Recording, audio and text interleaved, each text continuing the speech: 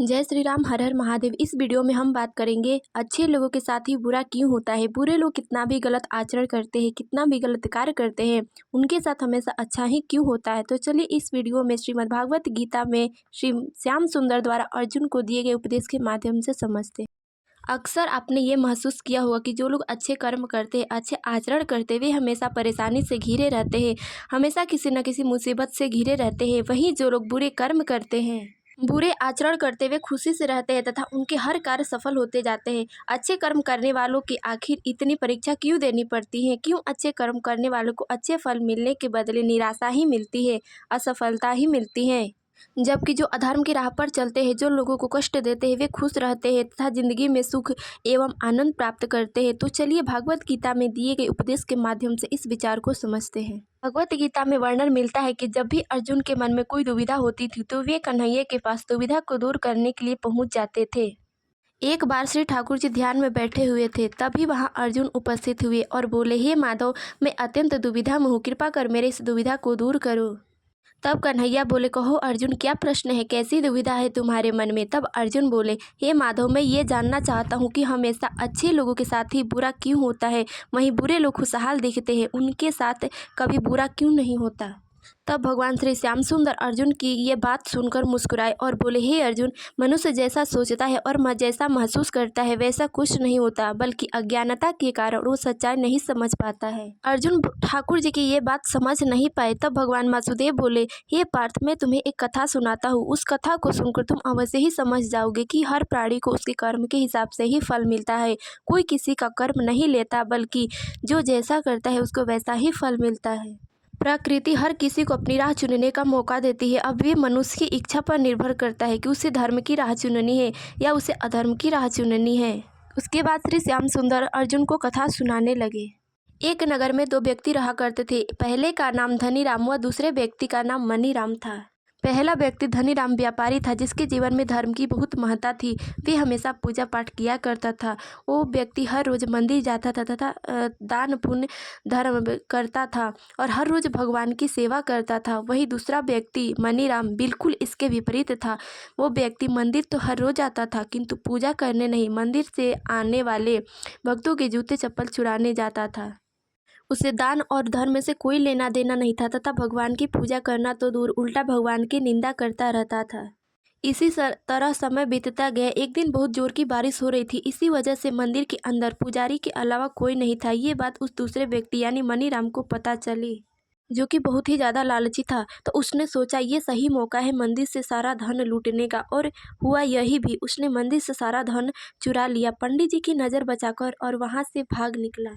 दुर्भाग्यवश पहला व्यक्ति यानी कि धनीराम उसी समय मंदिर पहुंचा। जैसे ही वह मंदिर पहुंचा, उसी समय मंदिर के पुजारी की नज़र भगवान के आभूषण व वहां रखे धन पर पड़ी। वहां का सारा धन व आभूषण न पाकर मंदिर के पुजारी ने शोर मचाना शुरू कर दिया तथा वह पहले व्यक्ति धनीराम को ही चोर समझ लिया तथा वह जोर जोर से चिल्लाने लगा।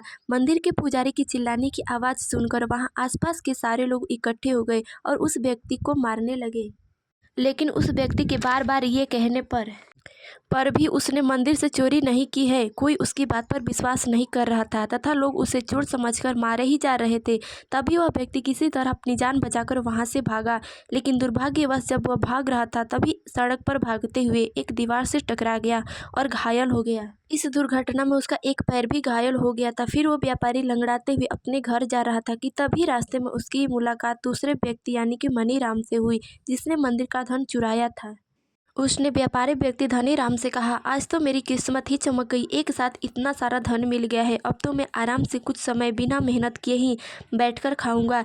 ये सब देख कर पहले व्यक्ति धनीराम को बहुत बुरा लगा। इसी तरह लंगड़ाते लंगड़ाते वह अपने घर पहुंचा तथा क्रोध में आकर उसने अपने घर से भगवान की सारी तस्वीरें बाहर निकाल दी तथा वह धर्म कर्म करना भी बंद कर दिया। कुछ समय बाद दोनों व्यक्तियों की मृत्यु हो गई। मरने के बाद जब दोनों व्यक्ति यमलोक पहुंचे, तब यमराज ने दोनों व्यक्तियों धनीराम और मनीराम दोनों को अपनी सभा में बुलाया। वहां पहले व्यक्ति धनीराम ने क्रोधित होते हुए यमराज से दूसरे व्यक्ति मनीराम के ऊपर क्रोधित होते हुए यमराज से बोला, मैं तो हमेशा अच्छे कर्म करता था, धन धान्य धर्म करता था, जरूरतमंदों की सहायता करता था, लेकिन उसके धर्म कर्म के बदले जीवन भर मुझे दर्द व निराशा और अपमान ही मिला।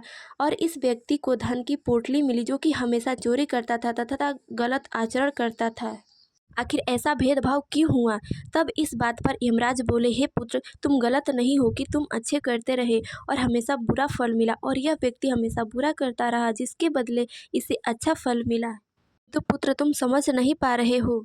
हर व्यक्ति को उसके कर्म के अनुरूप ही फल प्राप्त होता है।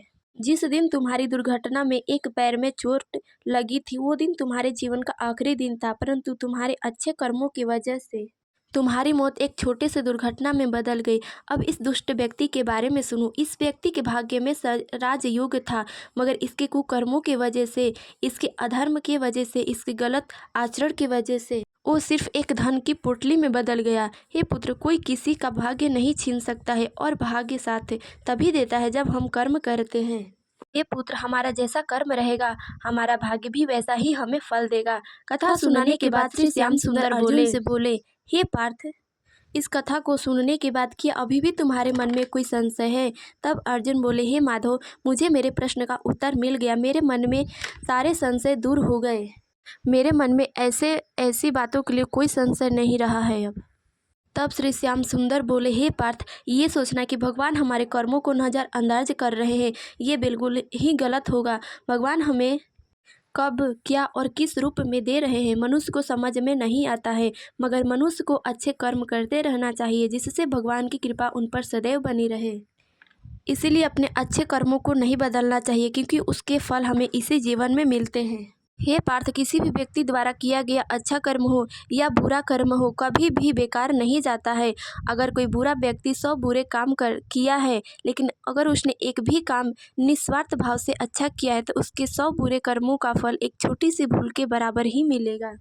तथा जो व्यक्ति 100 अच्छे काम किया है, अगर वह गलती से भी एक बुरा कार्य कर देता है, तो उसके 100 अच्छे कर्मों के फलस्वरूप उसके एक बुरे कर्मों का फल किंचित मात्र ही मिलेगा, मिलता जरूर है। अगर कोई मनुष्य बुरी परिस्थितियों में भी भगवान पर भरोसा रखता है, भगवान का स्मरण करता रहता है और अपने कार्यों को कभी भी गलत कार्य में नहीं बदलता है, तो उसके कर्म अवश्य ही किसी न किसी रूप में उसे प्राप्त होते हैं। मनुष्य जीवन में जो भी सुख दुख मिलता है, ये सारे दुख और सुख हमारे द्वारा जाने अनजाने किए गए कर्मों का ही फल हमें प्राप्त होता है। इसीलिए हमें भाग्य को दोष न देते हुए अपने कर्म पर ध्यान देना चाहिए तथा अपने कर्म को सही रूप में करना चाहिए। वर्तमान समय में, वर्तमान परिस्थिति में किया गया कर्म ही हमें भविष्य में फल स्वरूप प्राप्त होता है। इसीलिए हमारे जीवन में चाहे कितनी भी कठिनाइयाँ क्यों ना आ जाए, भगवान का अनुसरण करते हुए हमें अपने अच्छे कर्म पर ध्यान देते रहना चाहिए। अपने कर्म से पीछे कभी नहीं होना चाहिए। तो इस वीडियो में बस इतना ही। मिलते हैं अगली वीडियो में, तब तक के लिए जय श्री राम, हर हर महादेव।